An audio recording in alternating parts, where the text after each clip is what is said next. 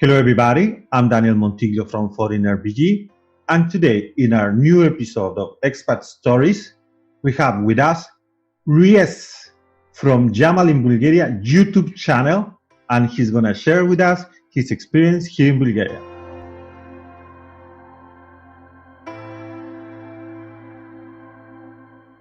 Hello, Reese.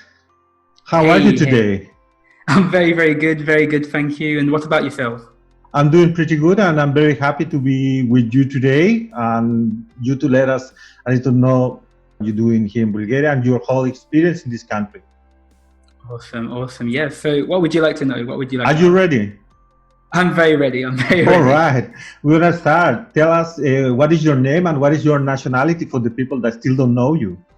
Okay. So yeah, my name is Reese, but I go by Jamal on YouTube. You know, the Jamal and BG channel, but my real name is Reese, and I'm from the UK. Tell us a little bit about yourself and what do you do here in Bulgaria? What is your passion? Okay, so I guess we'll start with what I do in Bulgaria. So everything I do is online at the moment. Okay, so I really love the idea of multiple streams of passive income and a little bit of active income. So I work as an online English teacher. I have done that since I was in university. I trade cryptocurrencies. Really? I'm really deep. I love crypto. I've been mining and trading for many years. I also produce educational courses based on language and the ability to have solid conversations in meetings, etc. And I also have the YouTube channel. The final one would be the YouTube channel that I have, Jamal and BG, which is rapidly becoming my passion, or something that I would like to manifest into let's say a larger part of my income, or a larger part of my work. So I really love content creating, and probably that's my main passion. Yeah, your videos are very interesting, and I would like to suggest to the people to go and watch the Reese videos in YouTube channel. Can you tell us which is your YouTube channel and how they can find you?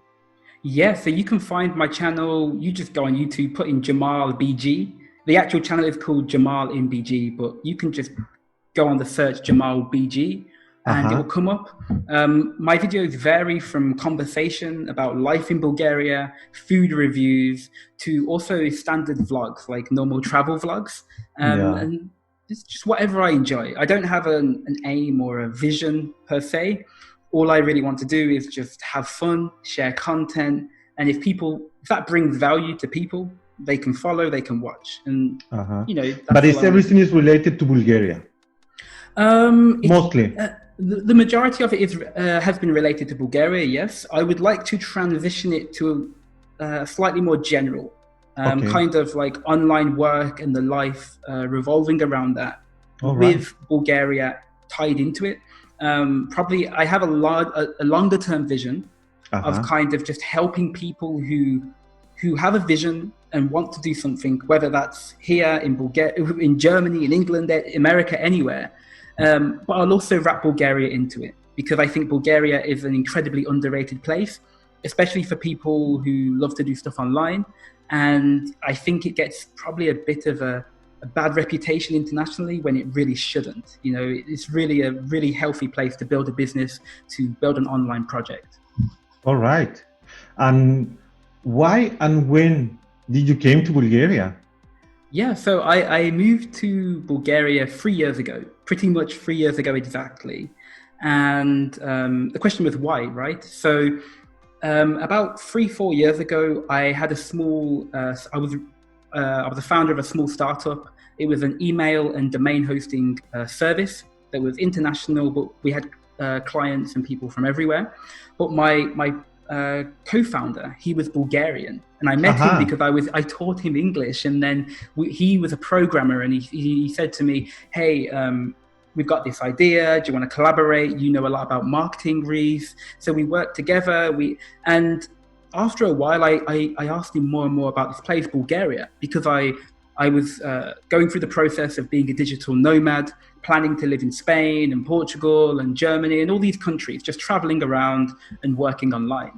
And there was a point where he mentioned Bulgaria, how it's quite, I would say it's not cheap, but the value to what you actually get is really, really high.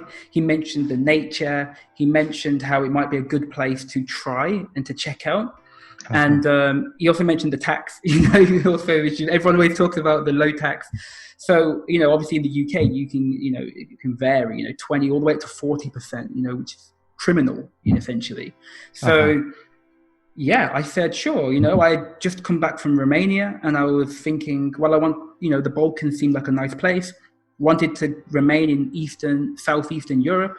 So I went to Bulgaria, went to Plovdiv, only planned to stay for 1 month. I had a month-long Airbnb, and 1 month became 2, became 3, became 4. And here I am. And now I'm very settled and, You always been living in Plovdiv? Yeah, only in Plovdiv. I've spent a little time in Sofia and I've traveled all around the country. However, for me, Plovdiv is the place I will call home for now until I get a little bit older and go into the mountains. All right, mountains life. yeah. I spent a lot of time online, and eventually the dream would be probably to manifest many of the online stuff into real life stuff and move into the Rhodopes, maybe have my own small localized farm with some friends. Nice. And just make the transition into maturity that way. Can you tell me about where you're from the UK? Where in the UK? Why you wanted to go out from the UK? So I am originally from the West Midlands, Birmingham. Maybe you know the Birmingham region. I know the football team from there. I hear about the football Aston team. Villa. Yeah, I support Aston Villa, but I'm from near Birmingham. Right. But I spent a lot of time in the north, in Sheffield as well, not far from Manchester. Mm-hmm. And the reason I never felt at home or in place in the UK. I always loved international community. I studied languages at university. I did German and Korean and Chinese, and I always wanted to expand my horizons and live in as many places as possible. So it was because I'm half Jamaican and I had access to many different cultures growing up, many different areas of the human experience. I honestly didn't feel like staying in the UK, specifically the Midlands or the North, would help me grow as a human being. I knew I needed to go to Spain. I knew I needed to go to Germany. I knew I needed to go to Eastern Europe and Southern Europe, and I need to experience everything. And so, as soon as I could, as soon as I was, I had the online work and I was, financially able to do that, I got out just because it wasn't for me. The UK is a nice place, but I think if you're a creative, especially if you come from like the lower class, and that's a very important thing to mention. If you come from the lower class of society and you didn't have much, it's very hard to get power, to grow. Financially, the tax system kills you. You don't get a very good education if you grow up in a bad area. And for me, I just didn't feel like the UK had invested enough in me as a human being. And I was always looking for somewhere where I would be more welcome and where, as I grow, I can generate value as well and become maybe a pillar of a community or something like that. I understand what you mean. I think it's a situation that these times is being not just in the UK, it's a general situation, that it's difficult to the people just with their ideas to succeed. You need capital, you need money, and it's difficult to collect it when you are in the same place. Yeah. Unfortunately. Tell me a little bit what you like about Bulgaria. Why Bulgaria? Not you pass by Romania, you pass by Spain. Why Bulgaria? Okay, so the obvious answer that most people will give you will be, it was cheaper than that. It was cheap and it had low tax. But that was such a small part of it. Like that was never, the financial aspect of it was never that important for me because I never planned to stay here. So even though it was a bonus and I heard about it, I was like, ooh, I didn't really care that much until long-term living. For me, the first thing that shocked me about Bulgaria would probably have been the people. Sorry. They were so friendly, so accommodating. The moment I got into Plovdiv, because I had some programmer friends, some software friends, I was instantly thrown into the company of incredible people, artists, and these incredibly smart software guys. And for me, I'm very passionate about software dev, AI, very passionate about science as well, and actually everything, and nature as well. And I kind of came here, I had access to all these really intelligent, cool people. But not only that, I was like 10 minutes, 10, 20 minutes away from the Rhodope Mountains in Plovdiv. And I was 2 hours away from the beach, and 2 hours away from Pamporovo, So I had all this nature around me. And I was like, oh my God, this is nothing like Birmingham. This is nothing like London, the concrete jungle. I was able to be around smart, intelligent people who were all making moves in their own life, but I was also able to disconnect and go into nature. And also the food. And then after about 8-9 months, I met my girlfriend and then became more and more integrated within society. And I had the YouTube channel, and it all just snowballed. There were so many things that allowed me to stay, but I would say the closeness to nature and the intelligent, very inspiring young community and older community. But for me, it was the young community really shocked and surprised me. And I felt like I could bring value here. I wouldn't be lost in the country, Mm-hmm. Right. Mm-hmm. 3 years in Bulgarian. Mm-hmm. How is your Bulgarian? Гороdo. I'm speaking Bulgarian or English? Whatever. Okay, I'll start with English. So I can say everything I need to say with regards to shopping, living. I can have very basic conversations. Okay. No, по принцип, за мен български граматика е много трудно мене, защото когато искам да направя изречения, не знам как да правя мъжки род или женски род и нутром. Това е много трудно. Но ако искам да купи нещо или купя нещо, няма проблем. Знам много думи. Like I know a lot of words. Your Bulgarian is perfect. I don't know about that. Better than mine. Oh, really? I don't know, but I'm also have the same problems that you face with the female, what is articles and this kind of stuff. Because I don't know you, but I never went to the school in Bulgaria. I never went to Bulgarian lessons. Unfortunately. No, I've never had lessons. Thankfully, I've learned an okay amount of words, like a lot of words. So I can always have a conversation, and after 3 or 4 lakia, I can definitely have a very good conversation. However, for me, I think I'll learn it. I'm just lazy. Honestly, I'm lazy. My girlfriend's Bulgarian, and she teaches Bulgarian as well online, and she always complains, "Hey, you need to learn more." But the problem is that for every area of life, my Bulgarian is more than good enough. And the issue with that is if I switch to Bulgarian with friends, or now with my new Bulgarian family, I don't sound as... for me, I like to articulate myself properly. I love to, try and speak in an at least semi-intelligent fashion. And in Bulgarian, I just sound like a 5-year-old, But I will in the next 1 or 2 years, I'll try and get fluent in Bulgarian, just because I think I can bring more value if I can do that. I perfectly understand what you say, and I think many people understand. It's something that happened to all of us. It's just a matter of time, and it's nice to be able to have deep conversations with Bulgarian. You said you like nature. In the nature lives people that is very valuable in the sense of the experience, the contact with nature that they have, but they cannot communicate in Bulgarian, in English. And then if when we learn this to the next level with the language, boom, it's a boom, big time. That we fit better into society. We get new opportunities, and we get a chance to know very valuable people. Most definitely. I want everybody that is watching this interview to go to the comments and check the link, because there is another very interesting interview that Reese is doing to me in his YouTube channel, you cannot miss it. There is he asking me the questions. Now we go to some of the bad experience. Have you have some bureaucratic problems in Bulgaria now?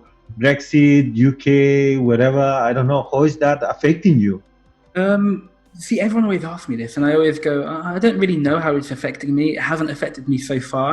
With regards to bureaucracy, the only semi-bureaucratic thing I've had to do is getting the, what do they call it? I've got it here. You know, the residency permit, the long-term residency. I forgot what that was it, yeah.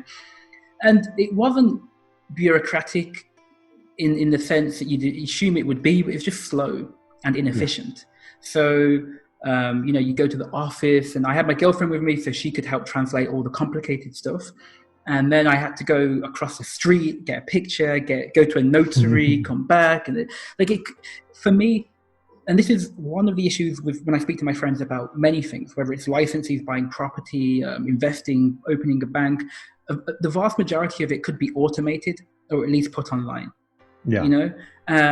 So however, you've also got the issue of there are people employed in this sector. So you cannot remove them from it too quickly. It has to be a gradual process. But I didn't find it so bureaucratic, but I was very privileged to set, in the fact that I have a girlfriend who speaks Bulgarian. I don't need a lawyer. She understands legal speak perfectly fine. Everything was very smooth for me. It just was slow. It was annoying wasting a day or two just running about town. But in the grand picture, it wasn't that bad. We often complain about bureaucracy, but it takes such a small portion of our lives. In reality, it's nothing to complain about. I cannot complain about that, All right, nice. It's good that you have a good experience so far, Can you tell us and share with us and the people that is watching this conversation about some experience that you have here in Bulgaria, something important for you and for your life? Well, there's been quite a lot of these sort of experiences. A minor one would be making the YouTube channel, and the reaction I got from the YouTube community. It's growing steadily, and now it's on 27,000 people. That's crazy. Yeah, a lot of them are. It's like half and half foreigners and Bulgarians who come and support something like that. But probably more important than that, because that's a relatively superficial experience, because it's just me making videos. Probably the deeper one would be, I want to word this properly, would be meeting my girlfriend's parents, who don't speak English at all, not one word of English. And I speak very basic Bulgarian, but we had a very deep, fundamental connection. And they love me, and I really, really appreciate them for welcoming me in. And I did have some fears at first, because I'm not Bulgarian, and I definitely don't look like typical European or Bulgarian. I'm half white, half black. So obviously there's always that aspect when you go into a relationship of, will I be accepted? Whether that's right to have, whether that's wrong to have, that's another question. However, that is a thought. Do they want their grandchildren, would they mind if their grandchildren are foreign and they definitely, they look very different to them in some way? However, they were very loving and welcome from the first day. They saw the value that I brought to their daughter's life. They saw the value she brings to my life, and the fact that we generally loved each other, and they were lovely. They were incredible. I mean, down to the point that even, helping us out with moving, with giving us food all the time, and just really, really kind people. And that's probably the most important thing that's happened to me, because it allowed me to say, this is where I want to be. This is what I want to do.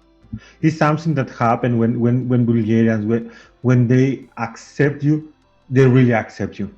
When they're somehow a bit close, maybe at the beginning, that when they don't know you, they don't know what is that. But when they say, all right, this guy is cool, this person is cool, the relation becomes so deep, like you say. It's they are open, ready to share, to learn from you, to teach you some stuff. They're always ready to teach you whatever, to speak, to do to do the Bulgarian traditional stuff, all this kind of stuff. And it's super funny, super interesting.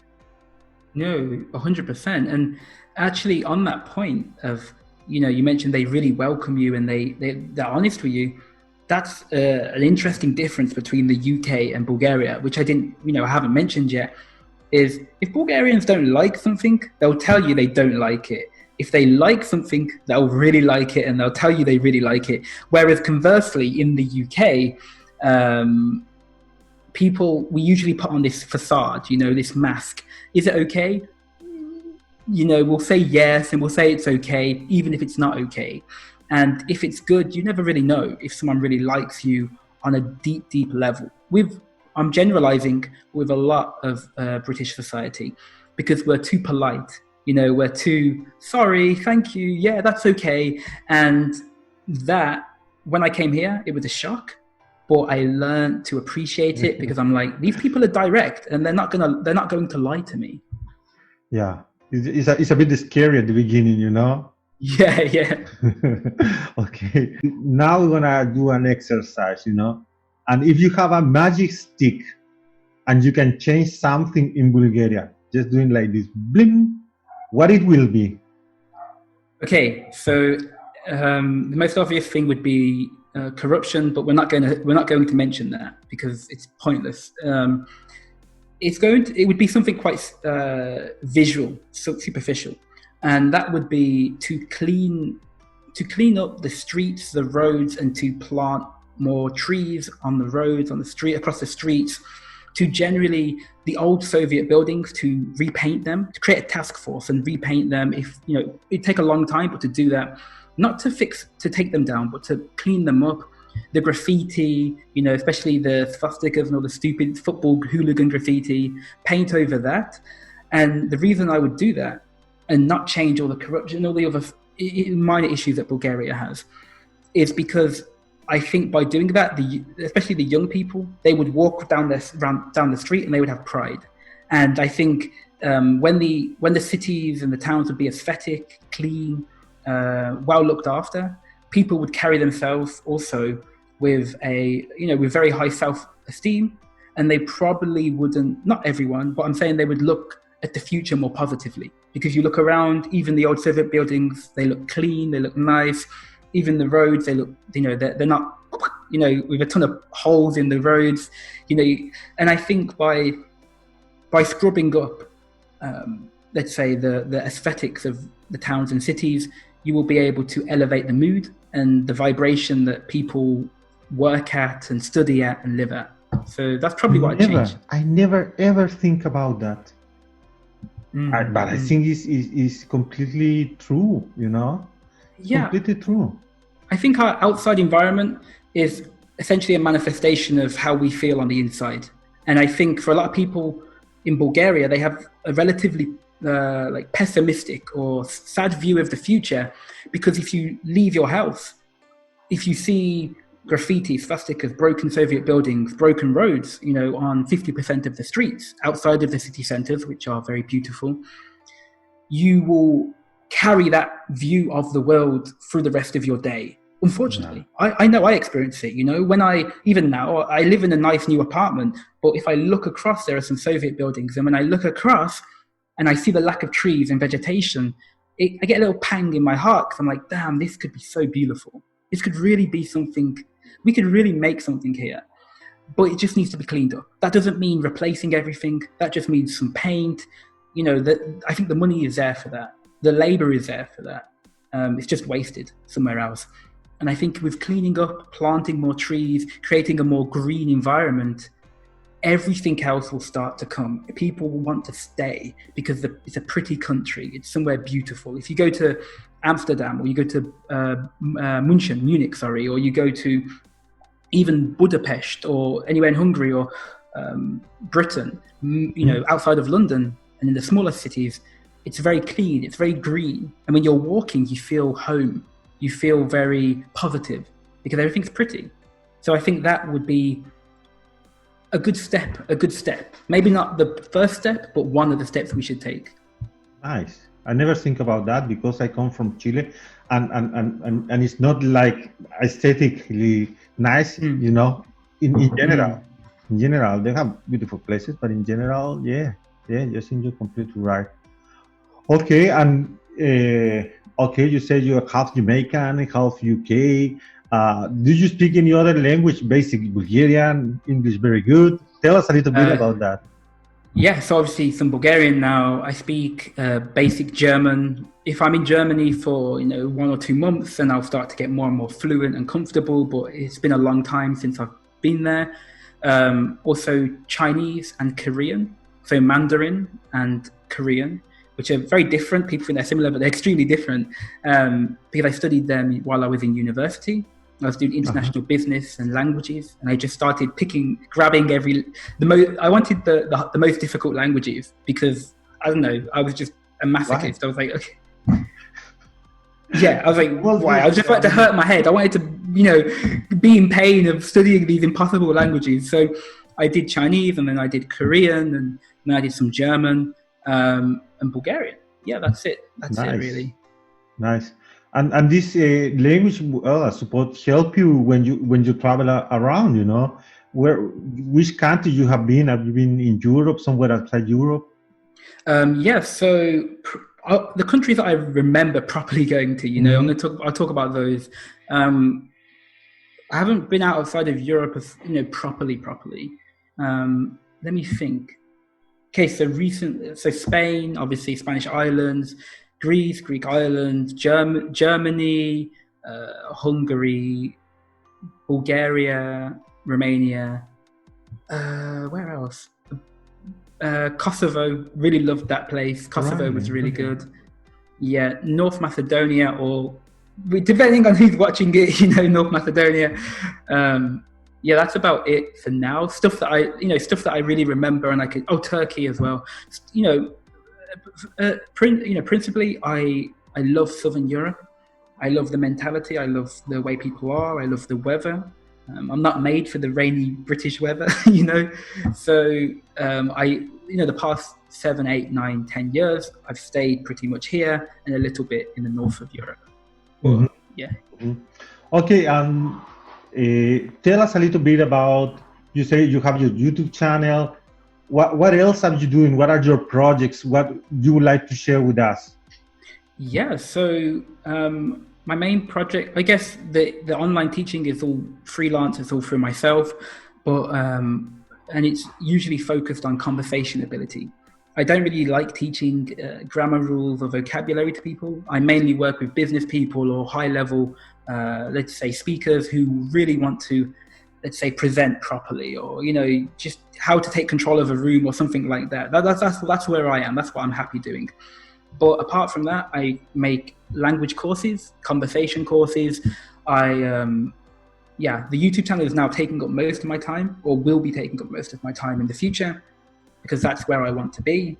And Mhm. maybe I can move that to consultancy with regards to self-improvement consultancy, or basically helping people in that area. Long term, I probably in the next year or so, I'll start going through the process of buying property, primarily holiday homes in Nessebar and Sozopol. I want to buy a few of these and start Airbnb and renting them out. And maybe I can use the YouTube to bring people in, you Uh-huh. know, Yeah, yeah. but to bring people in, promote the properties, the location, take advantage of that. So everything I do is digital now, and that's great. But I want a physical manifestation, a physical, let's say, image of of my dreams. So I think property will be the next step as I go into my 30s. I'm 29 now. As I go into my 30s, I'll start moving more towards property. I don't think it's terribly difficult here to start investing here. You don't have then a job 9 to 5. No, I have. The last real job I had was as a student bartender and working in a restaurant. And then since then, I can. I worked for I did some like trading and analyst stuff for a very, very, very, very short time. But I hate the concept of a 9 to 5.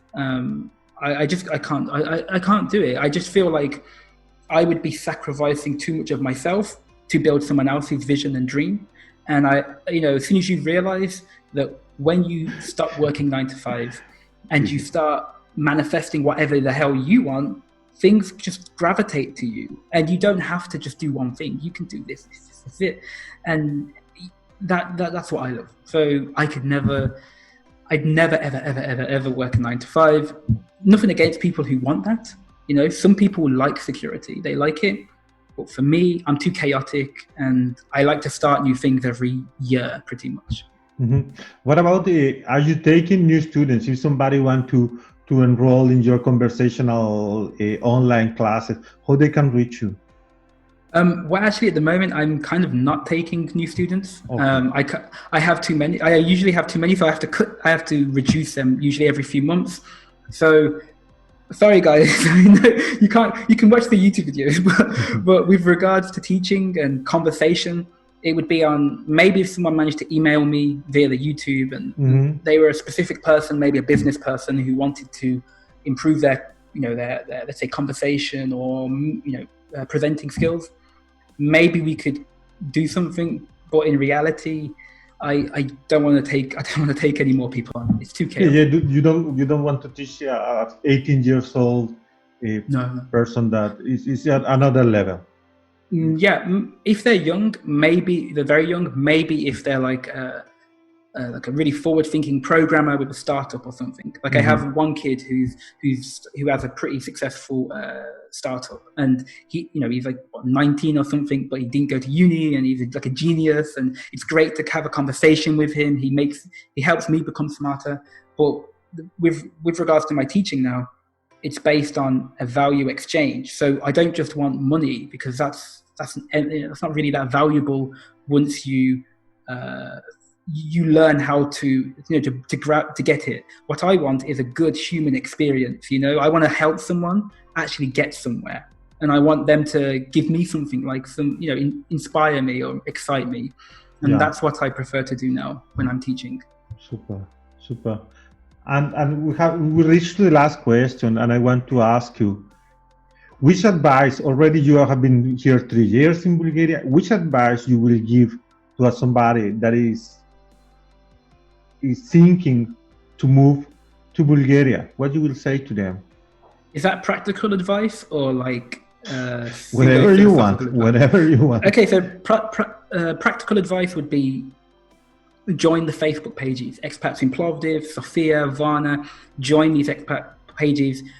Don't let's say, be very careful with agents when you're renting property. Make sure you go join the expat group, you make that small connection, and then you get referenced, and you don't get scammed. Because I've seen many people who have been hurt, or scammed with regards to property, with regards to other financial things. So try and become part of the expat community, and then integrate into society. And probably the non-practical advice would be, don't overthink things, don't worry. In Plovdiv, they say ailak, which is like to relax and to chill. And that's how you should approach everything in life.